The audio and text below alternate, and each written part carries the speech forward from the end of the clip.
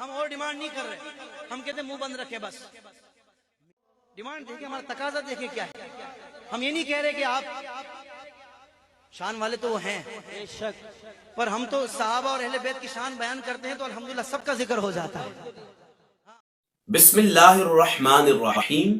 ناظرین, آج اہل سنت میں ناسبیت کا پودا اپنی جڑیں اتنی مضبوط اور مستحکم کر چکا ہے کہ برسر منبر اہل بیت اطہار کے مناقب میں تنقیس کرتے ہوئے صحابہ کرام کے مناقب کو بیان کیا جاتا ہے.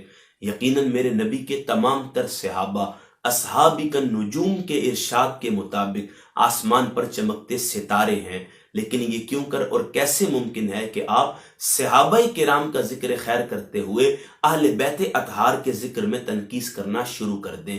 اس کی کسی صورت اجازت نہیں دی جا سکتی.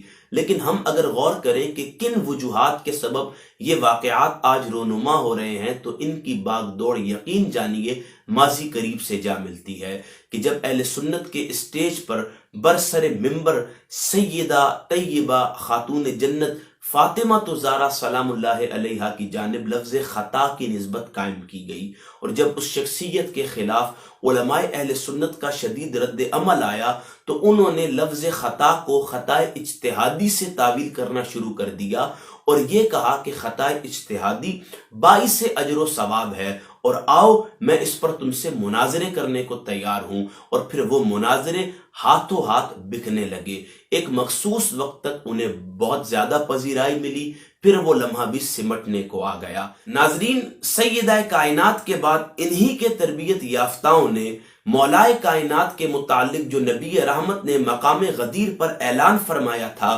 کہ من کنت مولا فعلی المولا, پس میں جس کا مولا ہوں میرے بعد علی اس کا مولا ہے, اس اعلان کو ضعیف کہنا شروع کر دیا, اس پر بحث کرنا شروع کر دی. کیونکہ محدثین نے اس حدیث پر جو ہے وہ جرح کی ہے کہ اس حدیث کو کئی محدثین نے اس میں اختلاف کیا ہے اور اس کو ضعیف کہا ہے, اور شیخین جو ہیں حدیث کے لحاظ سے امام بخاری اور امام مسلم انہوں نے بھی اپنی کتاب کے اندر اس حدیث کو نہیں لی. اور جب ہم نے ان کا علمی محاسبہ کیا تو پھر وہ وہاں سے بھی آگے نکل گئے. اگر تھوڑا اور قریب میں آ جائیں, یعنی آج کل کی بات کریں, تو انہی کے نقوش تلاش کرتے ہوئے ہمیں ایک ایسی شخصیت بھی ملتی ہے کہ اصلاح معاشرہ کے متعلق وہ بات کرتے تھے.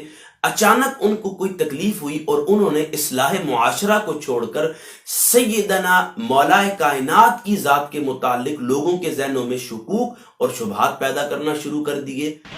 علی باجو کوئی محمد دا ویر بخا سانو کیوں حضور دے ویر مکان لگے ہو یار؟ نہ یہ کلام حضرت علی کو گوارا نہ حضور کو گوارا. جو تاجدار مدینہ صلی اللہ علیہ وسلم نے مولائے کائنات کی ایک کلی فضیلت قائم کی تھی کہ علی کا ہاتھ تھام کر فرمایا تھا, علی انت اخی فی الدنیا والآخرہ, تو دنیا میں بھی میرا بھائی ہے اور آخرت میں بھی میرا بھائی ہے. اب جو یہ کلی فضیلت تھی علی کی کہ نبی رحمت نے انہیں اپنا بھائی قرار دیا تھا, اس متعلق لوگوں کے ذہنوں میں ابہام پیدا کرنا شروع کر دیے کہ دیکھیں جی وہ بھی علی کے بھائی ہیں, وہ بھی نبی کے بھائی ہیں, وہ بھی نبی کے بھائی ہیں, وہ بھی نبی کے بھائی ہیں. اب مسئلہ اور کچھ نہ تھا, صحابہ کرام کا ذکر خیر کرتے ہوئے لوگوں نے اہل بیت کے ذکر میں تنقیس کرنا اپنا وتیرہ بنا لیا ہے. یعنی صحابہ کا ذکر تبھی ان کے نزدیک قابل قبول ہوگا جب اہل بیت اطہار کے ذکر میں تنقیس کریں گے. ناظرین, اگر آپ غور کریں تو یہ واقعات بکثرت رونما ہو رہے ہیں کہ اہل بیت اطہار کے ذکر میں تنقیس, فضائل میں کمی کجی کرتے ہوئے صحابہ کرام رضوان اللہ تعالی علیہ مجمعین کے ذکر کو بیان کیا جا رہا ہے.